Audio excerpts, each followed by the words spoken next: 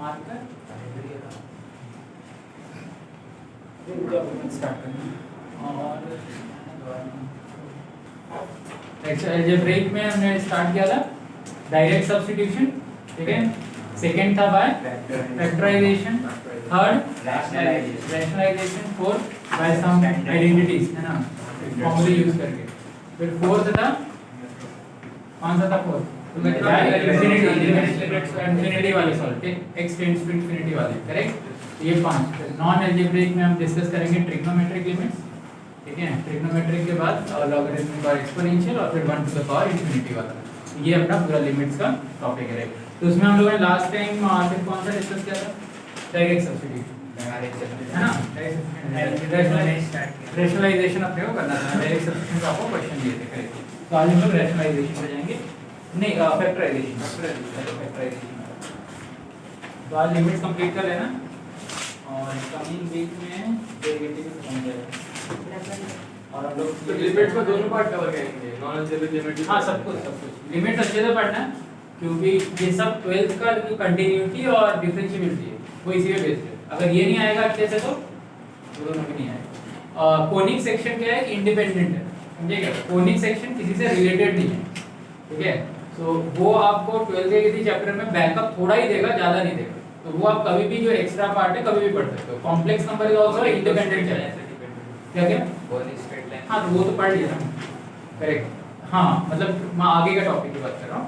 और जैसे complex number है, उसका भी जो एक्स्ट्रा चीज है वो अभी आगे कॉम्प्लेक्स नंबर कहीं ज्यादा यूज में नहीं है, किसी से कनेक्टेड नहीं, लेकिन लिमिट जो है पूरा कनेक्टेड है। प्रोबेबिलिटी है पूरा कनेक्टेड है। प्रोबेबिलिटी 12th में, मेन प्रोबेबिलिटी 12th में आता है, मतलब 1/3 पार्ट प्रोबेबिलिटी 11th में, 2/3 पार्ट 12th में, ऐसा। तो वो सब कनेक्टेड चैप्टर है। तो जो कनेक्टेड चैप्टर है उनको एकदम डेप्थ में पढ़ना होता है, तभी वो आगे वाला समझ में आता है, ठीक है।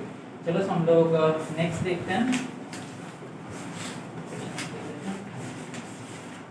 तो हम लोग डायरेक्ट सब्स्टिट्यूशन का करते करते क्वेश्चन करते करते सीखेंगे, ठीक है।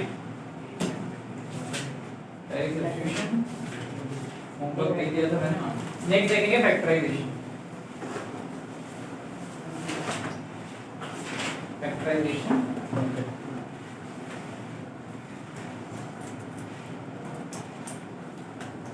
टाइम चलाना होगा क्या?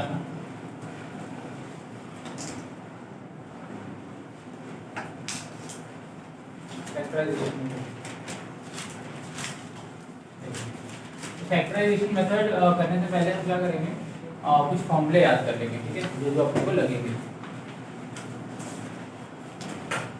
a² - b² है a + b × a - b, ठीक है। इसकी जरूरत पड़ेगी। a³ - b³, इसका फॉर्मूला क्या होता है? a³ - b³ का फॉर्मूला क्या होता है? a - b a² + ab +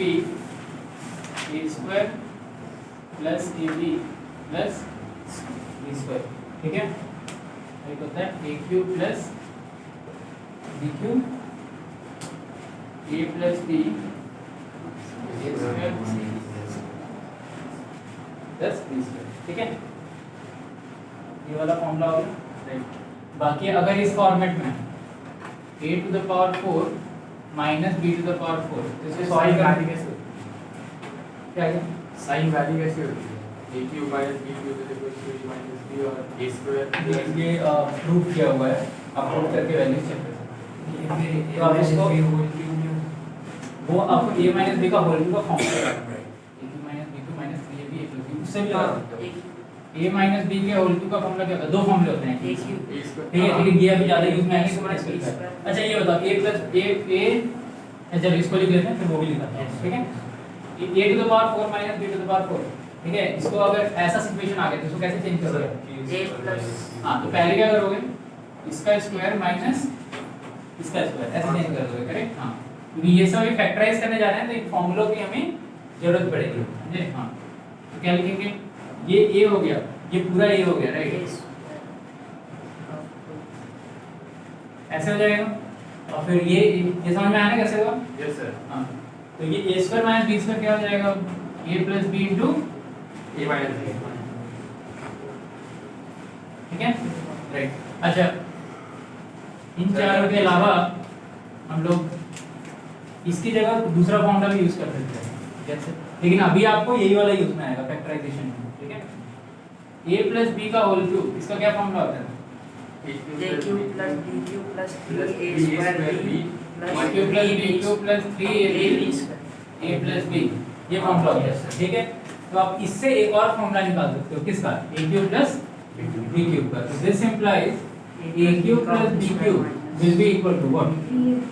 a plus b का whole cube minus 3ab a plus b। ये एक दूसरा फॉर्मूला होता है, समझे क्या? ये एक और फॉर्मूला होता है, इस फॉर्मूले को, ये इसकी ज्यादा यूज होती है, क्लियर है? ठीक है, इसको याद रखना। इसको भी आप क्या कर सकते हो, a प्लस बी कॉमन लेकर और फिर इसको सिंप्लीफाई करोगे तो ये भी इसी फॉर्मेट में आ जाएगा, समझे क्या? इसमें भी a प्लस बी का होल क्यूब है, इधर क्या है? a प्लस b है, a प्लस बी दोनों टर्म से क्या ले लो? कॉमन, और फिर जो अंदर बचेगा उसको सॉल्व कर दो, तो वही आ जाएगा। करके बताओ, देखो ये टर्म है और ये टर्म है, दोनों में से क्या करो? a प्लस बी कॉमन ले लो, क्या बचेगा अंदर? a plus b whole a plus B का होल स्क्वायर माइनस 3ab, ऐसे बचेगा। अब क्या करोगे आप? a प्लस बी, उसका फॉर्म a प्लस बी का होल स्क्वायर क्या होता है? a square a square plus b square plus 2ab 2ab minus 3ab, क्या हो गया? क्या हो गया? a square plus b square minus ab regular formula आ गया ना? तो दोनों एक ही फॉर्मूला लिखने का तरीका है बस, ठीक है। लेकिन अब ये चेंज थोड़ा करते रहेंगे बार बार, अपने को वो डायरेक्ट याद करके रखना है। हाँ, आंसर सेम ही आएगा ना, ऑब्वियस बात है, किसी भी आइडेंटिटी को यूज करो आंसर सेम ही आएगा, तो फॉर्मूला कैसे वैलिड होगा? a माइनस b का whole cube, a cube minus b cube minus 3ab ये माइनस b है ना, तो a cube minus b cube की जगह क्या हो जाएगा? a माइनस b का whole cube plus ab minus, ऐसे ये फॉर्मूला ध्यान में रखना। तो जैसे जैसे जरूरत आ रही है वैसे वैसे मैं चीजें लिखाता जा रहा हूँ।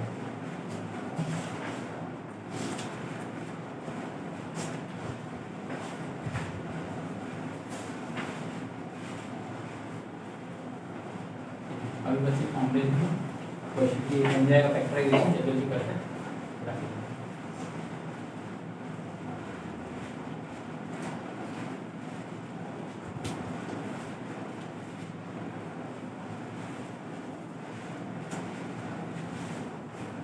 इसको याद रखने का तरीका आप कैसे याद रखना ना, a cube minus b cube होता है a माइनस b, और यहाँ पे प्लस हो जाता है उल्टा, और ये रहेगा a cube plus b cube, तो यहाँ ये प्लस b और अंदर क्या रह जाएगा?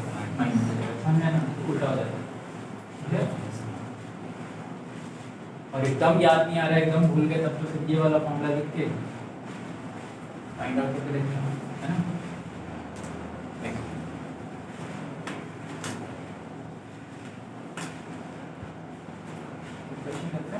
क्वेश्चन करते रहते समझ में आ जाएगा, कुछ नहीं इसमें। बस इवैल्यूएट, फिर वो जो फॉर्मूला है a माइनस b का होल क्यूब, तो दूसरे फॉर्मूला की है ना a cube minus b cube minus 3, नहीं वो दूसरा वाला है, तो इसको मल्टीप्लाई किया हुआ है ना, 3ab को इसमें तो माइनस वो लास्ट में सिर्फ प्लस होगा।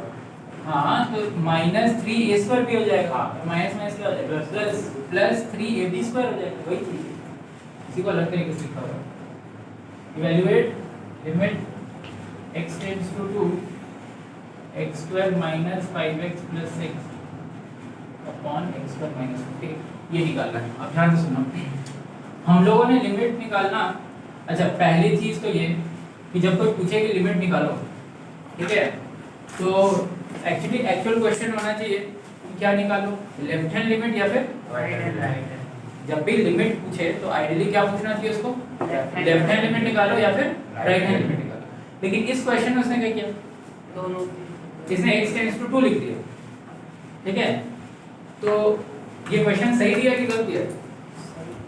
क्योंकि उन्होंने बोला दोनों फिर सर प्लस माइनस स्पेसिफाई नहीं किया ना।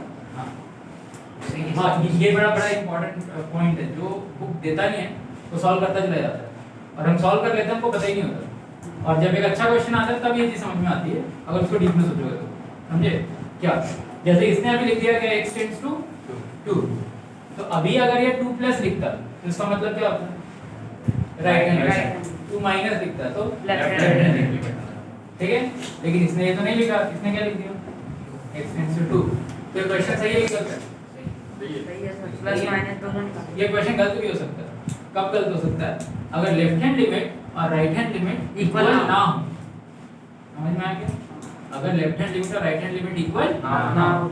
अभी ये जब ये क्वेश्चन दे रहा है तो ये बोल के चल रहा है क्या? दोनों इक्वल है। दोनों लेफ्ट हैंड equal और है। Right hand. लेकिन आप जब एमसीक्यूज करोगे, एनडी के क्वेश्चन में आता है, एमसीक्यूज करोगे तो उसमें एक ऑप्शन दिया होगा लिमिट डज नॉट एग्जिस्ट। समझे क्या? क्या समझे? लिमिट डज नॉट एग्जिस्ट, एक ऑप्शन वो भी देगा वो। Not equal. तो हम क्या करेंगे? हम इसको या तो लेफ्ट हैंड लिमिट मान लेंगे या फिर क्या मान लेंगे? Right hand. और वो लेकर इसको सॉल्व कर देंगे। समझे? और आपका एक आंसर आ जाएगा। ठीक है, एक आंसर आ जाएगा और आपका ऑप्शन में एक आंसर होगा और आपको टिक कर दो। लेकिन आपका आंसर हो सकता है गलत। हो क्यों? वो किस केस में गलत हो जाएगा? अगर लेफ्ट हैंड लिमिट और राइट हैंड लिमिट निकालने पे सेम आंसर नहीं आ रहा है तो तब उसका ऑप्शन का आंसर क्या होगा? Limit does not exist. समझ में आया लॉजिक? यस। तो अभी जब ये क्वेश्चन दे रहा है, ठीक है, तो जब हमारी स्पीड बहुत बढ़ जाती है तो हम स्कैन कर लेते हैं भाई left hand limit right hand limit क्या होगा, सेम होगा और निकालते हैं। जनरली थ्योरेटिकल क्वेश्चन भी इतना कंफ्यूज नहीं करता है, लेकिन एमसीक्यूज में समझ के रहना कि अगर उसने एक ऑप्शन दिया है क्या लिमिट डज नॉट एग्जिस्ट, तो आपको left hand limit right hand limit दोनों निकाल के चेक भी करना है एक बार कि सेम है कि नहीं है। अगर सेम है और वही वैल्यू दे रहा है तब वो ऑप्शन टिक करना। अगर सेम नहीं आया तब तो डायरेक्ट लिख देना क्या limit, even though left hand limit का आंसर ऑप्शन में है तब भी वो आंसर नहीं होगा, है ना? हाँ, अगर वो लिख के देगा what is the left hand limit for this, तभी वो ऑप्शन आपका आंसर। क्लियर है? Second right. तो अभी जब हम अभी सॉल्व करेंगे तो अभी जो आरडी ने क्वेश्चंस दिए हैं उसमें ये वाला प्रॉब्लम नहीं क्रिएट किया है। एक दो क्वेश्चन आपको एक्सरसाइज में मिलेंगे जहां पर ऑप्शन दे देगा, वो आंसर दिया होगा लिमिट डज नॉट एग्जिस्ट और हम क्या आंसर निकाल के बैठे होंगे। ठीक है, करेक्ट। तो जब भी ऐसा क्वेश्चन है तो आपको क्या करना है, इजी कौन होता है, राइट हैंड लिमिट निकालना है लेफ्ट हैंड लिमिट निकालना है? Right hand limit. तो इसमें हम प्लस एच करके चलते हैं, है ना, 2 प्लस एच करके चलते हैं। राइट हैंड लिमिट निकालना आसान होता है। तो जब भी ऐसा कुछ ना दिया हो तो क्या निकाल लेते हैं, राइट हैंड लिमिट निकाल लो और उसका आंसर देख लो। ठीक, और अगर ऑप्शन में डू नॉट एग्जिस्ट का ऑप्शन ही नहीं है तब तो पक्का वही आंसर होगा। क्लियर? तो अभी ऐसे क्वेश्चन में एक काम हम क्या कर सकते हैं कि 2 प्लस एच रख के, अच्छा तो हम लोग क्या कर रहे हैं, क्या निकालने की कोशिश कर रहे हैं, राइट हैंड लिमिट निकालने की। ठीक, तो अब राइट हैंड लिमिट निकालने का एक तो तरीका क्या, 2 प्लस एच करके और फिर सॉल्व करें। ठीक है, लेकिन जब भी ऐसा क्वेश्चन हो, ठीक है, ऐसा क्वेश्चन, अच्छा अभी 2 पुट करेंगे तो क्या प्रॉब्लम है यहाँ पर, 0 हो जाएगी पूरा। अच्छा सभी को डिफरेंशिएशन आता है अच्छे से, चेन रूल आता है, आता है सबको? ये फिजिक्स सर ने पढ़ाया था ना आपको, और मैंने ही पढ़ाया था ये, चेन रूल पढ़ाया था ना स्टार्टिंग में, डिफरेंशिएशन। आता है मतलब डिफरेंशिएशन स्टार्टिंग इक्वेशन देगा डिफरेंशिएट नहीं, क्योंकि उसका एल ऑर्बिटल रूल बता दूंगा ना, तो ये क्वेश्चन एल ऑर्बिटल रूल से 2 मिनट में सॉल्व होता है। तो आपको दो तरीके से सॉल्व करके समझाते चला जाता है। ऐसा इजी है, डिफरेंशिएशन कुछ है नहीं उसमें। अच्छा ठीक है, चलो। अच्छा एल ऑर्बिटल रूल क्या कहता है,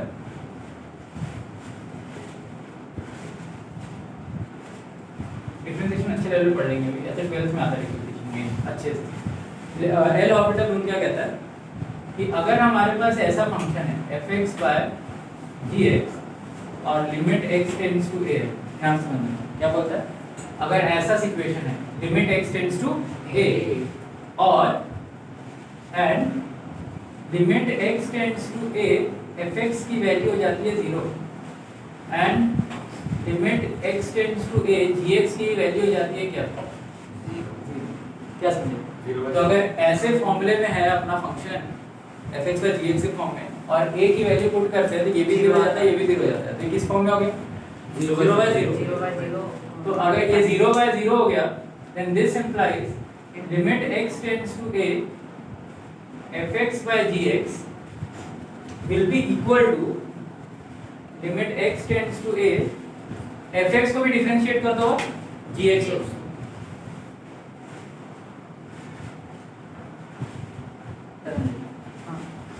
अगर ऐसा सिचुएशन है तो अगर फिर इन दोनों को क्या कर दोगे, डिफरेंशिएट, और फिर x टेंड्स टू a लगा दोगे तभी वही आंसर आएगा जो इसका आंसर होगा। अगर ये फिर से 0/0 फॉर्म में आ गया तो फिर से क्या कर सकते हैं, डिफरेंशिएट करके फिर से x टेंड्स टू a और डिफरेंशिएशन की वैल्यू पुट कर सकते हैं। समझ में आया क्या बताया मैंने? ठीक है, करेक्ट। तो ये मैं आपको इससे सॉल्व करके बताता हूँ तो समझ में आए।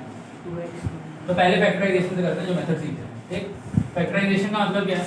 अच्छा, अभी ऐसा वाला क्वेश्चन है तो एक तो हम राइट हैंड लिमिट निकाल रहे हैं तो एक 2 + h करके भी सॉल्व कर सकते हैं। ठीक, लेकिन बेटर ये होगा कि अगर ऊपर नीचे कट रहा है तो उसको क्या करना है, पहले कट कर रहे हैं। ठीक है, तो पहले इसमें क्या बनाना है, फैक्टर्स। तो x को इसको स्प्लिट करेंगे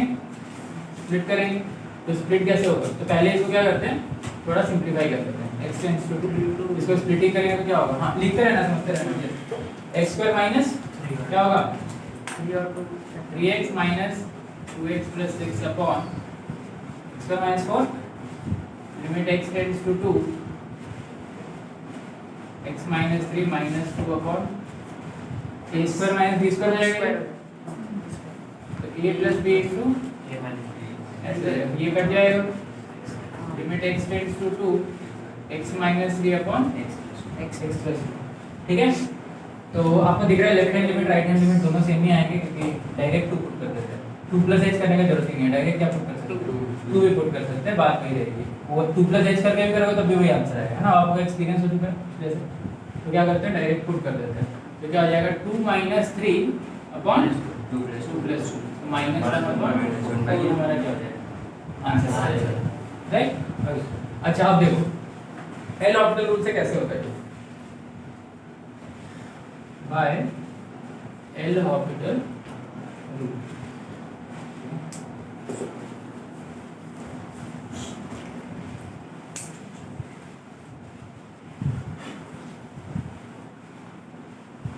तो मतलब बेसिक डिफरेंशिएशन तो आती ही होगा, अलजेब्रा वाले का तो आता ही होगा, नॉर्मल वाले तो आते ही होंगे। अभी उतनी जरूरत है, डिफरेंशिएशन अभी सीखेंगे तो चेन रूल सब तो सीख लेंगे अच्छे से। तो 12th में तो पूरा एक चैप्टर ही है। अब okay, by L orbitals rule, L orbitals rule, limit x tends to 2 x² minus 5x + 6 upon x² minus 4 ऐसे है।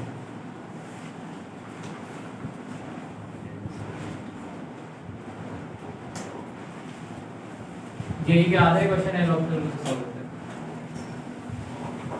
ये सब भी आना चाहिए। बहुत अच्छे अच्छे क्वेश्चंस, मतलब इसमें बहुत अच्छे लेवल तक जा सकते हैं, मजा आ जाएगा सॉल्व करने में।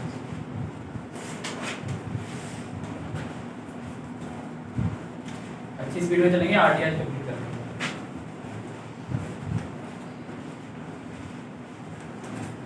आप प्रैक्टिस करते रहो, क्वेश्चन लाओ, मैं डाउट बताता रहूँ, सारे के लॉजिक सिखा देता हूँ।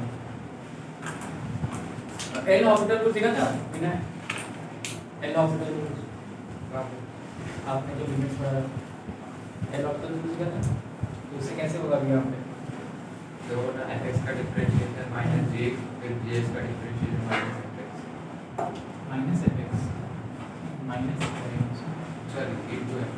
देखो देखो यहाँ देखो, नहीं वो एल ऑर्बिटल रूल की बात कर रहा हूँ। सर नहीं, वो तो नॉर्मल डिफरेंशिएशन। नॉर्मल डिफरेंशिएशन चलो यहाँ भी याद है, वो मैंने क्या बताया, fx + gx है। अगर ऐसे फॉर्मेट में तो क्या करेंगे, ऊपर भी डिफरेंशिएशन और नीचे gx का डिफरेंशिएशन। तो यहाँ पे देखो x के लिए 2 पुट करोगे तो ऊपर पुट करोगे तो क्या होगा, 0 आ जाएगा। 0 आएगा ऊपर पुट करने से, 2 × 4 0/0 फॉर्म में आएगा।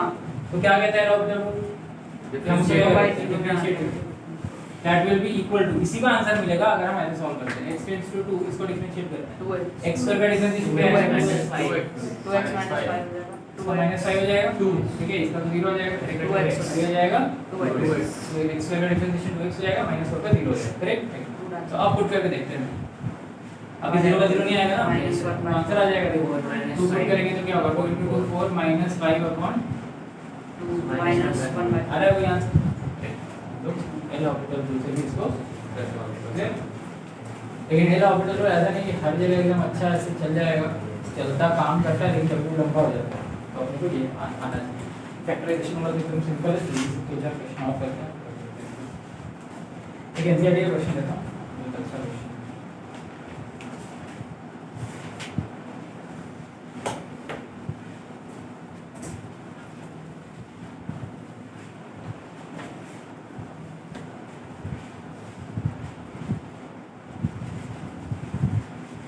Limit x tends to 1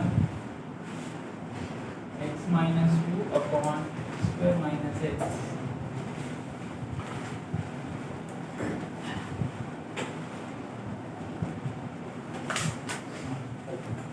solve करेंगे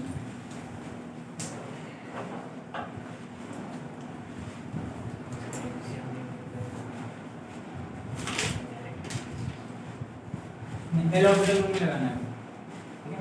अभी नॉर्मल सर्किट सॉल्व करना है। चलो अगला 2 मिनट है, देखते कौन आंसर निकालता है। 2 मिनट का क्वेश्चन है। स्क्रीन में रहना जल्दी।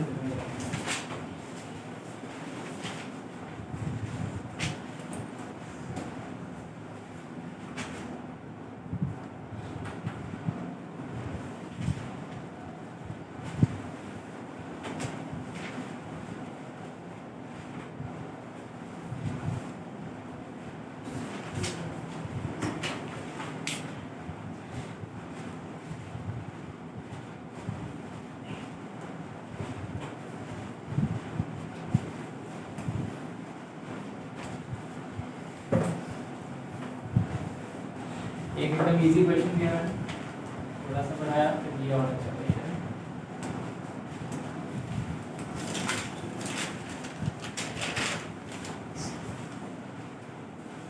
आगे इसका आंसर बहुत इजी क्वेश्चन चल रहा है अभी।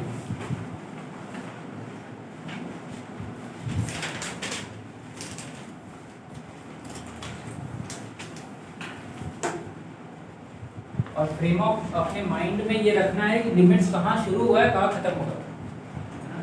अभी हम अलजेब्रिक लिमिट कर रहे हैं और उसमें दूसरा वाला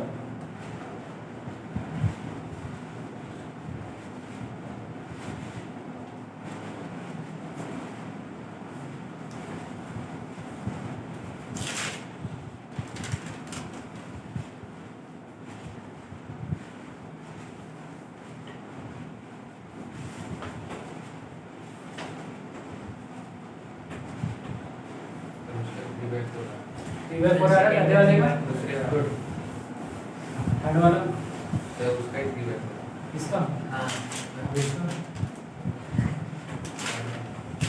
चलो ये सेकंड वाला करते हैं। आपने क्या अप्रोच लगाया ओमकार? करने के यहाँ देखो यहाँ लिमिट x टेंड्स टू 1 है, ठीक है? x माइनस 2 अपॉन इसको क्या लिख सकते हैं? x माइनस इसमें से कॉमन ले लेते हैं x तो क्या हो जाएगा x इनटू हाँ यहाँ देखो मैं सेकंड सॉल्व कर रहा हूँ। x कॉमन ले लिया तो क्या हो गया x इनटू x माइनस 1। कभी भी ऐसे क्वेश्चन आए तो पहले बड़ा क्वेश्चन देकर करवाना नहीं, उसको तोड़ने की कोशिश करो, है ना? और अगर उसके बाद टूट नहीं रहा और लंबा जा रहा है क्वेश्चन तो सबके लिए लंबा जा रहा है, आपको दिमाग लगाना है कि कैसे आप सॉल्व करोगे उसको, ठीक है? x इनटू x माइनस 1 हो गया माइनस 1 अपॉन इसका फैक्टराइजेशन करना पड़ेगा, है ना? कैसे करेंगे फैक्टराइजेशन? क्यूब वाले का फैक्टराइजेशन करना सिखाया था ना मैंने, कैसे करते हैं x क्यूब? क्यूब को x स्क्वायर मान के नहीं ऐसे नहीं। अरे चलो ये तो सिंपल है, इसमें तो क्या आ जाएगा कॉमन आ जाएगा ना x, ये तो इजी है, इसमें तो ज़्यादा टेंशन ही नहीं है अपने। इसमें क्या आ जाएगा x कॉमन आ जाएगा, क्या हो जाएगा ये x square minus 3x plus 2 right, ऐसे हो जाएगा। अब x square minus 3x plus 2 ये कैसे फैक्टराइज होगा? x square minus 2 minus 2x minus 6 ऐसे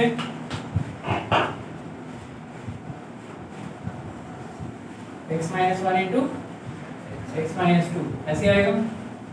तो ये बन जाएगा limit x tends to 1 x minus 2 upon x into x minus 1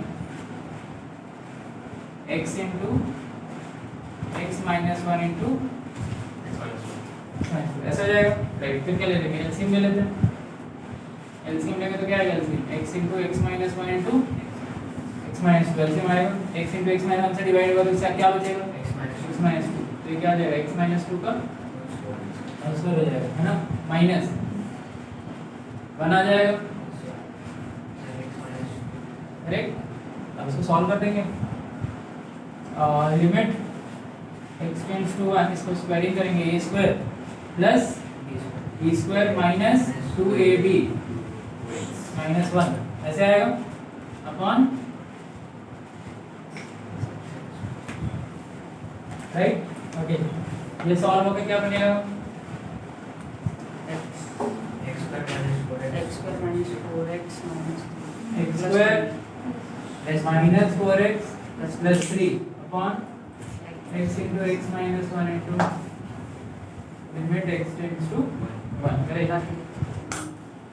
factorise करते हैं इसको, x square माइनस, अच्छा ऊपर कर लेते हैं, x square minus 3x minus x plus 3, तो x इधर आएगा कॉमन, क्या बनेगा? x माइनस 3 माइनस 1, ये आ गया, क्लियर है? तो ऊपर क्या आएगा? x minus 1 into x minus 3 upon x into, cut जाएगा,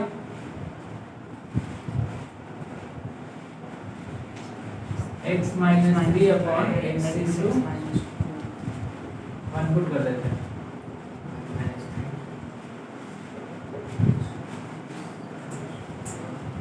माइनस करेक्ट, क्लियर?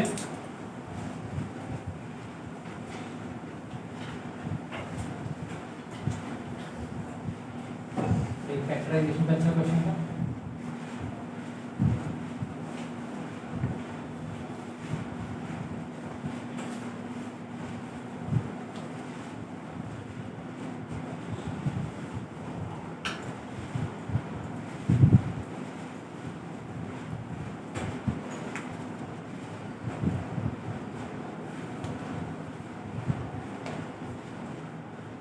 सर अगर इसको एल ऑर्बिटल ऐसे करते हैं इसमें आ जाएगा अगर तीनों को डिफरेंशिएट करके फिर एल ऑर्बिटल ऐसे ही लगाते हैं। पहले आपको इन दोनों को क्या करना होगा? अलग अलग, कौन सा? अलजेब्रा ऑफ लिमिट लगा लो, इसका लिमिट अलग लो और इसका लिमिट अलग लो, समझ में आया? ठीक है, तो इसका लिमिट लोगे 1 पुट करोगे तो क्या होगा? 1 माइनस 2 माइनस 1 आएगा अपॉन 1 माइनस 1 0 हो जाएगा, देखो इन्फिनिटी जा रहा है ना, और वो भी 1 पुट करोगे ना तो भी इन्फिनिटी चला जाएगा, ठीक है? तो ये क्या हो जाएगा? Infinity minus infinity minus infinity 0 लिख सकते हैं क्या? क्यों नहीं लिख सकते? बताइए ना नंबर ऑफ टर्म्स एक सेकंड, हाँ एक और चीज मैंने आपको एक इनडिटरमिनेट फॉर्म सिखाया था सर, गुड फ्रेंड्स, ये नहीं ठीक है, नहीं इसमें इसमें सॉल्व करेंगे, जैसे इन्फिनिटी माइनस इन्फिनिटी लिखा हुआ है, मैंने आपको लिखा था infinity minus infinity, that was an indeterminate form, correct? आपने पढ़ा, मैंने लिखा है ना इनडिटरमिनेट फॉर्म में, तो ये इनडिटरमिनेट क्यों है? वो भी इन्फिनिटी है, वो भी इन्फिनिटी है, बहुत बड़ा है, वो भी बड़ा है, माइनस करेंगे तो 0 आ जाना चाहिए, तो ये इनडिटरमिनेट फॉर्म क्यों है? वो infinity n number of terms सकते हैं ना, इन्फिनिटी 1 की वैल्यू कुछ और हो सकती है, इन्फिनिटी 2 की वैल्यू कुछ और। हाँ करेक्ट, तो इन्फिनिटी का मतलब होता है बहुत बड़ी वैल्यू। अब ये बड़ी वैल्यू क्या है वो हमको, ये बड़ी वैल्यू क्या है वो भी हमको नहीं पता है ना। इन्फिनिटी का मतलब होता है बहुत बड़ी वैल्यू, तो बहुत बड़ी वैल्यू में से बड़ी वैल्यू माइनस करेंगे तो 0 नहीं आता, कोई जरूरी नहीं है ना 0 आएगा, क्योंकि वो कितना बड़ा है और वो कितना बड़ा है वो हमको नहीं पता, तो इसलिए वो क्या है इनडिटरमिनेट फॉर्म, ठीक है ना। तो इसमें तो बात बन नहीं रही, फिर आपको क्या करना पड़ेगा? एलसीएम, और एलसीएम लेके आपको मल्टीप्लाई करना पड़ेगा, फिर वो देखोगे 0 बाय 0 में आ रहा होगा, और 0 में फिर आप नीचे को डिफरेंशिएट करो तो तभी वो solve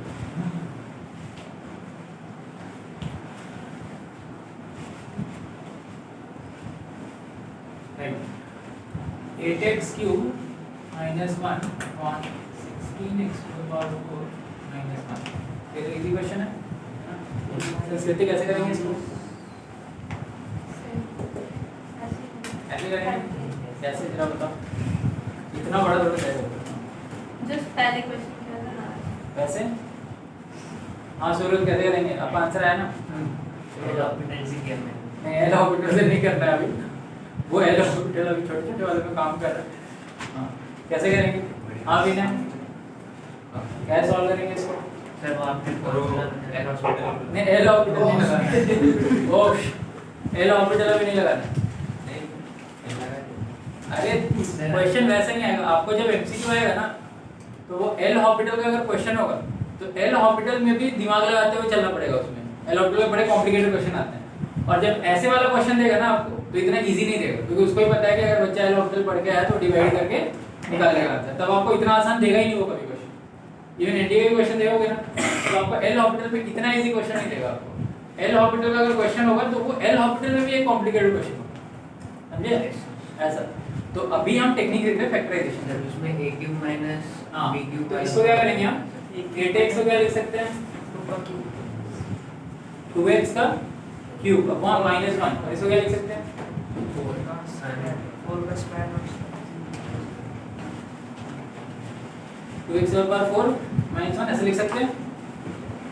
a cube minus b cube क्या फॉर्मूला होता है, a minus b a square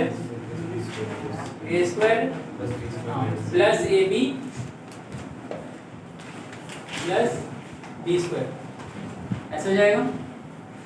ये क्या हो जाएगा, 2x का स्क्वायर माइनस 1 का स्क्वायर 2x का स्क्वायर प्लस 1 का स्क्वायर 2x माइनस 1 तो 4x square plus 2x plus 1 a square minus b square will be a plus b into a minus b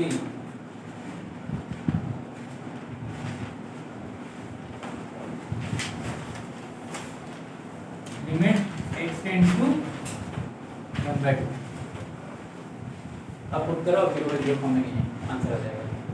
factorise करने से क्या होता है, जो जीरो लाने वाला टर्म है वो कैंसिल हो जाता है, फिर हमारा क्या आ जाता है, प्रॉपर आंसर आ जाता है। समझ में आने कैसे,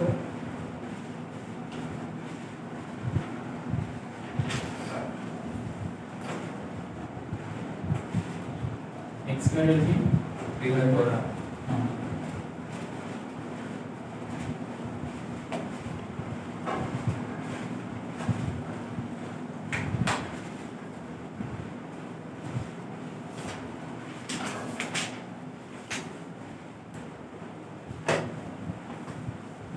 1 plus यहाँ पर मिडिल टर्म स्प्लिटिंग मतलब क्या होगा,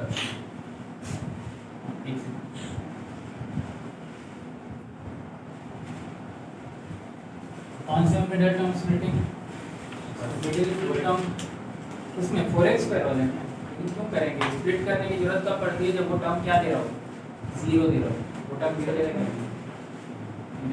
अच्छी वैल्यू दे रहा है,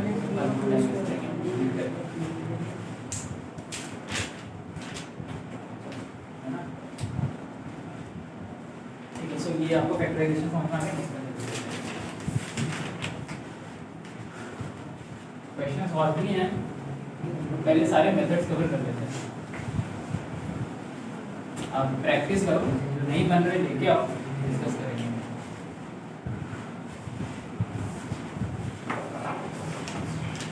नेक्स्ट मेथड इज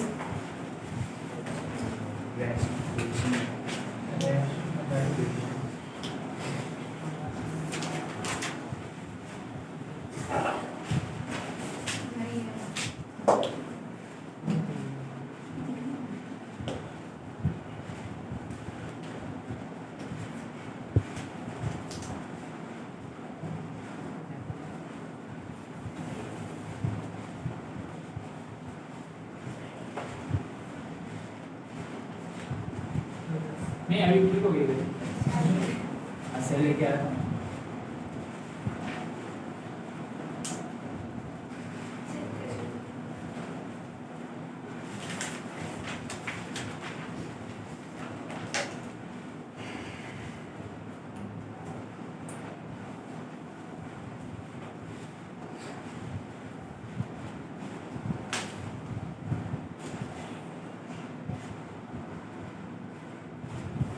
अब जैसे तो पीछे सीखते जा रहे हैं, बाकी याद रखना है पीछे। अब ये क्या सीखा है हमने, एक डायरेक्ट सब्स्टिट्यूशन, डायरेक्ट डाल दो, दूसरा डायरेक्ट डालने से 0/0 आ जाता है, तो क्या करो, फैक्टराइज करो, फैक्टराइज करके कट कर दो। तो जब भी लिमिट का आपको क्वेश्चन मिलेगा तो सबसे पहले क्या ट्राई करोगे आप, कि डायरेक्ट पुट करके सॉल्व करोगे। अगर वैसे नहीं आ रहा 0/0 आया तो क्या करोगे, फैक्टराइज ट्राई करोगे। अगर फैक्टराइज करके अगर कट हो जाए तब आ जाए आंसर। अगर वो भी नहीं हो रहा तब किस पे जाओगे, रैशनलाइजेशन आपको देखते समझ में आ जाएगा, रूट में होगा, इसमें होगा रूट वाले दिख गया मतलब समझ जाओ रैशनलाइजेशन देखते समझ में आ जाएगा। रैशनलाइजेशन करने को उसके देखते हैं ना अभी क्या करना है, क्यों कर रहे हैं रैशनलाइजेशन, ये है क्या, समझ में आएगा। सब लिख दिया आपने, ओके। नेक्स्ट ध्यान से देखो, जैसे ये वाला क्वेश्चन है, अभी ये नहीं सोचना रैशनलाइजेशन करना, अभी सोचना है कि अपने को क्वेश्चन कैसे सॉल्व करना है। क्वेश्चन सॉल्व करने के लिए जैसे लिमिट का क्वेश्चन मिला सबसे पहले क्या ट्राई करेंगे कि डायरेक्ट वैल्यू पुट करते हैं। डायरेक्ट वैल्यू पुट करेंगे तो क्या होगा, 0 by 0 रूट के अंदर 2 + 0 माइनस ये क्या हो जाएगा, √2 - √2/0, ये क्या आ गया 0/0। ये एक इंडिटरमिनेट फॉर्म आ गया। तो मतलब ऐसे तो डायरेक्ट सब्स्टिट्यूशन से बात नहीं बनेगी। फैक्टराइजेशन या फैक्टराइजेशन करने के लिए कुछ नहीं है, तो फिर किस पे जाएंगे, रैशनलाइजेशन, कुछ और टेक्निक लगाएंगे। ठीक है, इसको एल ऑप्टिकल रूल से भी कर सकते हैं, लेकिन अभी हम लोग प्रॉपर मेथड सीख रहे हैं। देखो हाँ, ये नहीं सोचना है आपको, ध्यान से सुनो। अगर एल ऑप्टिकल रूल सीख लिया है तो ये नहीं सोचना है कि अरे ये वाला क्वेश्चन आएगा तो मैं ऐसी एल ऑप्टिकल से तुरंत कर दूंगा। क्यों? क्योंकि जब एमसीक्यू देगा तो आपको ऐसा क्वेश्चन देगा ही नहीं वो, समझे क्या? तो वो बनाने वाला आपसे ज़्यादा सोच के बैठा है, ठीक है? हाँ, वैसा ही देगा, एल ऑप्टिकल देगा तो उसमें कॉम्प्लिकेट देगा, जैसे पहले बताया। तो आपको ये सब टेक्निक सीखना जरूरी है। कई बार बच्चे ये स्किप करने लगते हैं, लेकिन स्किप नहीं करना है, इसी को सीखना है आपको, ठीक है? कई बार होता है कि क्वेश्चन एल ऑप्टिकल, जैसे अभी इसको डिफरेंशिएट करोगे ना तो इतना बड़ा क्वेश्चन देगा कि जब डिफरेंशिएट करोगे तो इतना बड़ा डिफरेंशिएशन का आंसर आएगा कि आप भी परेशान हो जाओगे, बोलोगे एल ऑप्टिकल लगाना ही नहीं। समझ में आ गया? और उसके एल ऑप्टिकल लगाए बिना आप जब रैशनलाइजेशन वाला टेक्निक फॉलो करोगे तो उसमें आपको तुरंत आंसर आ जाएगा, समझे? तो हर बार ऐसा नहीं कि एल ऑप्टिकल रूल आपको सॉल्व करके दे देगा, ठीक? इसीलिए तो अब देखो, जैसे रूट वाला आया, पहले क्या करना है, रूट हटाने का ट्राई करना है। तो क्या करेंगे हम यहाँ पे, किससे मल्टीप्लाई करेंगे? रैशनलाइजेशन सबको करना आता है, किससे मल्टीप्लाई करेंगे, √2 + x प्लस ऊपर और नीचे दोनों मल्टीप्लाई करेंगे ऐसे, ठीक? तो a - b * a + b क्या होगा, a² - b² right, √2 + x² minus √2 का स्क्वायर ऐसा हो जाएगा अपॉन x 2 + x प्लस ऐसा आ जाएगा, right? Limit x tends to 0, right? Okay, अब देखो एक और चीज और समझना है। √/x² लिखा हुआ है तो क्या बाहर आता है, x + हाँ, ये आपको सिखा रहा हूँ, इसको आप हमेशा याद रखें। क्या बाहर आएगा, x बाहर आएगा, श्योर? लॉक कर दे, गलत आंसर, ठीक है? अब सीखो इसको, ठीक है? ये बहुत इंपॉर्टेंट टेक्निक है जो हम नहीं सीखते हैं तभी 80% टाइम चलता रहता है, लेकिन जब क्वेश्चन गलत होता है तो कुछ समझ नहीं आता कि ये कैसे गलत होता है। समझ में आ गया? तो अच्छे से देखना इसको। इस ये जो टर्म लिखा है मैंने, इसका फाइनल आंसर पॉजिटिव आएगा कि नेगेटिव आएगा? Positive answer. इसका आंसर सिर्फ क्या आएगा, पॉजिटिव, ठीक है? अब इसको समझो। जब हम लिखते हैं x² = 2, ठीक? क्या लिखते हैं, x की जगह ये ले लेता हूँ, a² = 2, तो a का क्या आंसर होगा, तो क्या लिखते हैं हम, a = समझ में आया? ठीक है, तब ऐसे लिखते हैं। क्यों? क्योंकि a की वैल्यू ±√2 हो सकती है। क्यों? क्योंकि आप a की जगह अगर +√2 डालोगे और उसका स्क्वायर करोगे तब भी क्या मिलेगा, 2 मिलेगा। और a की जगह अगर -√2 रखोगे और उसका स्क्वायर करोगे तब भी क्या मिलेगा, 2 ही मिलेगा। आया समझ में? राइट, इसलिए a की वैल्यू क्या होगी, ±2। अगर मैं सिर्फ ऐसे लिख दूं तो एक आंसर आया कि दो आंसर, ध्यान से सुनना। अगर किसी बच्चे ने +-√2 नहीं लिखा, उसने क्या लिख दिया, a = एक बच्चे ने ऐसे सॉल्व किया इस क्वेश्चन, ठीक है? एक बच्चे ने ऐसे सॉल्व किया, एग्जाम में क्वेश्चन आया a² = 2 और उसने आंसर लिखा a = +-√2 और 2 नंबर का क्वेश्चन है तो उसको कितने नंबर मिलेंगे, 2 नंबर मिलेंगे, ठीक है? एक बच्चे ने ऐसा लिखा a = ½ तो इसको कितने नंबर मिलेगा, 0। हाँ, एक तो 0 मिलना चाहिए क्योंकि उसको कॉन्सेप्ट नहीं पता, ठीक है? लेकिन फिर भी फेल हो रहा होगा तो कितने नंबर मिलेंगे, 1 नंबर, ठीक? क्योंकि उसने एक ही आंसर लिखा है। आंसर क्या होंगे, 2 होंगे, +√2 और -√2। वो वैल्यू ये जो है ये एक पॉजिटिव वैल्यू को रिप्रेजेंट करती है।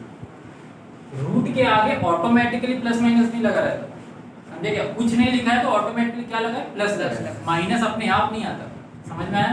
माइनस आपको लगाना होता है, तब तक वो वैल्यू नेगेटिव नहीं होगी। किसी ने आपको ऐसे लिख के दे दिया √3, इसका मतलब क्या है, ये पॉजिटिव √3, अगर उसने आपको ऐसे लिख के दिया, इसका मतलब क्या है? Negative root. समझ में आ गया? तो रूट के आगे जब कुछ नहीं लिखा हुआ है तो क्या है वो वैल्यू? पॉजिटिव। तो ये जो मैंने अभी वैल्यू लिखी है, इसका आंसर क्या आएगा? पॉजिटिव। नेगेटिव आ सकता है कभी? नहीं आ सकता। इसका वैल्यू हमेशा क्या है? पॉजिटिव। क्योंकि इसके आगे मैंने कुछ नहीं लगाया, मतलब बाय डिफॉल्ट क्या है? पॉजिटिव। समझ में आया लॉजिक? लॉजिक समझ में आया? Right, okay. अब देखो ध्यान से समझना है। इसके आगे अगर आंसर हमारा सिर्फ पॉजिटिव आएगा, ठीक है? अगर मान लो x की वैल्यू -2 है, सपोज x की वैल्यू क्या है? -2। तो आप अगर इसको सॉल्व करोगे तो क्या लिखोगे? -2 का स्क्वायर, करेक्ट? फिर क्या लिखोगे? क्या मैं इसका आंसर -2 लिख सकता हूँ? नहीं, ये आंसर क्या जाएगा? गलत हो जाएगा। इसको सॉल्व, इसका आंसर क्योंकि हमेशा क्या आ सकता है? पॉजिटिव। पॉजिटिव ही आएगा। तो -2 का पहले क्या करोगे आप? स्क्वायर। तो अंदर क्या बनेगा वो? और फिर 4 का रूट लोगे तो क्या आएगा? 2 आएगा। इसका आंसर हमेशा क्या हो सकता है? 2 ही हो सकता है, -2 हो ही नहीं सकता। आगे समझ में? राइट। तो इसका मतलब है ये प्रॉब्लम अवॉइड करने के लिए क्या कर सकते हैं? अंदर जो बंदा बैठा है x की जगह, वो पॉजिटिव भी हो सकता है, नेगेटिव। लेकिन आंसर हमेशा क्या है? पॉजिटिव। तो इसको जब सॉल्व करेंगे तो आंसर क्या आता है? Mod of x। लॉजिक समझ में आया? कोई भी बंदा जब रूट के अंदर स्क्वायर के फॉर्म में बैठा हो और ऊपर क्या लगाओ? रूट, तो बाहर मॉड ऑफ x आता है, क्योंकि आउटपुट हमेशा क्या है? पॉजिटिव ही है। समझ में आ गया? ये एक बहुत इंपॉर्टेंट लॉजिक है जो जब क्वेश्चन में आता है तो समझ नहीं आता कि कैसे होगा, ठीक है? और बहुत सारे एमसीक्यूज में ये लॉजिक यूज किया जाता है।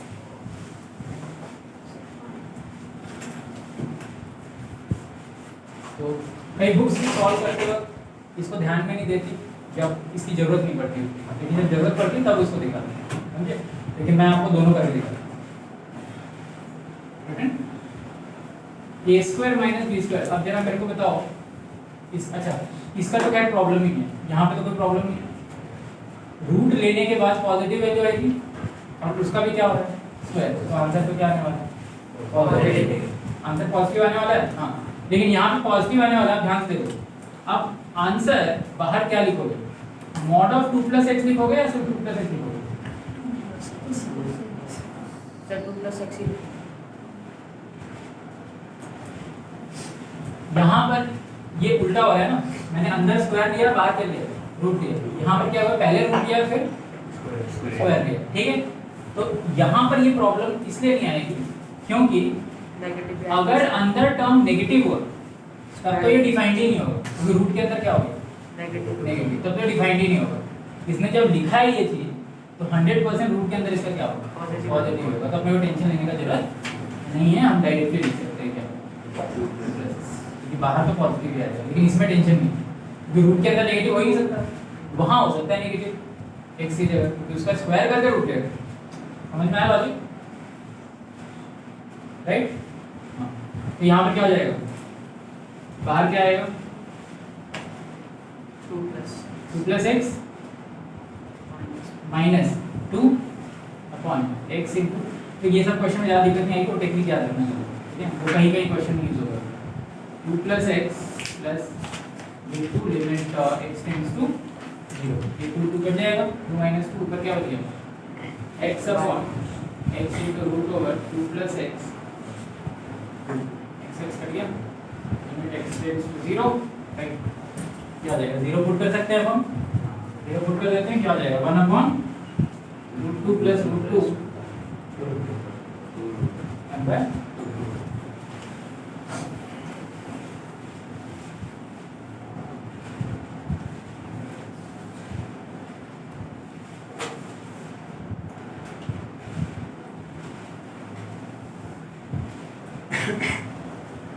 और क्वेश्चन देता हूँ।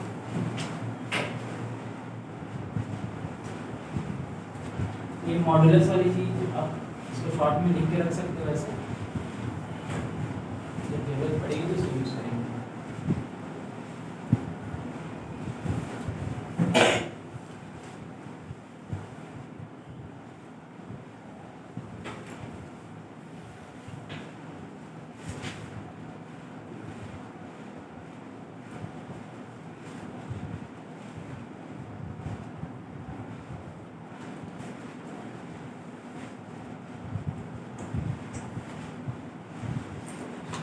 वहाँ पर प्लस क्या क्या वहाँ पे root two plus root two कितनी बार आ गए रूट टू दो बार तो टू तो यहाँ से वहाँ पे कैसे होगा? एक्स लिमिट क्या पुट कर दिया एक्स टेंड्स टू जीरो तो टू प्लस जीरो क्या टू क्या हो गया root two plus root two. एक और इजी क्वेश्चन देता हूँ और फिर लेवल बढ़ाते हैं इसका।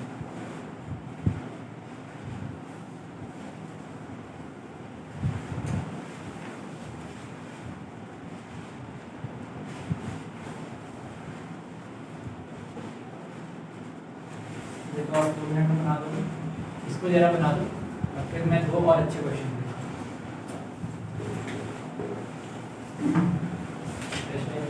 दो। दो टेक्निक और सीखनी है आपको, वो टेक्निक सिखा देता हूँ, ये दो एग्जाम्पल खत्म हो जाएगा।